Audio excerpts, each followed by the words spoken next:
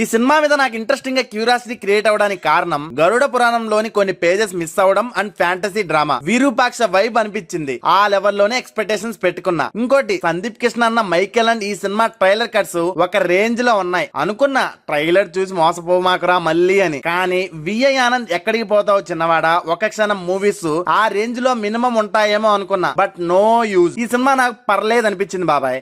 Logics వెతకకుండా ఈ cinema చూడాలి. Cinema పరంగా వచ్చేసి వరల్డ్ బిల్డింగ్ ఫస్ట్ హాఫ్ బానే ఉన్నాయి, సెకండ్ హాఫ్ కొంచెం బిస్కెట్ చేశారు. స్టోరీ పరంగా స్క్రీన్ ప్లే పరంగా ఇంట్రెస్టింగ్ గా ఉన్న జస్టిఫికేషన్ ఇచ్చి సాటిస్ఫై అస్సలు చేయలేదు. బాగా బోరింగ్ గా అనిపించింది. సినిమా కామెడీ పరంగా కొంచెం తీసుకెళ్లారు. వెన్నెల కిషోర్ కామెడీ టైమింగ్, రిమైనింగ్ వాళ్ళ పర్ఫార్మెన్స్ కొంచెం బాగా అనిపించింది. ఈ సినిమా నైట్ టైం ఎక్కువ షూట్ చేశారు కాబట్టి ఆ నైట్ థీమ్ ఫీల్ అయితే బాగా అనిపించింది. హీరోయిన్ వర్ష, కావ్య ఇద్దరు పర్లేదు, ఓకే అనిపించింది. Remaining character decent. Sandeep Krishna బాగా కష్టపడ్డారు కానీ బసవ క్యారెక్టర్ ని ఒక జస్టిఫికేషన్ ఇవ్వలేదు.